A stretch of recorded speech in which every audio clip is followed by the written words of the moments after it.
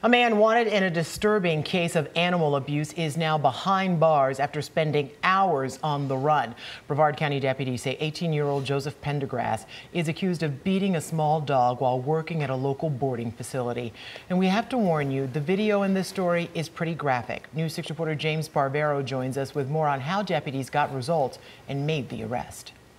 A teenager's arrest this afternoon on animal cruelty accusations, comforting to both law enforcement and the facility where he worked. Totally in shock. Shocked and horrified. Barkingham Palace owner Candy Pierce says she was fooled by former employee Joe Pendergrass. How anyone could do that is so beyond me. The 18-year-old is accused of violently swinging a Shih Tzu by its leash, breaking the little dog's leg. It happened Sunday night. Pierce says she alerted authorities right away. I immediately went into our cameras. As soon as I was horrified to see what he had done, I got on the phone and called the police and asked them to please go arrest him. Probably one of the most despicable things I've seen. 4 days later, Sheriff Wayne Ivey announces Pendergrass's arrest, happening today in Orlando.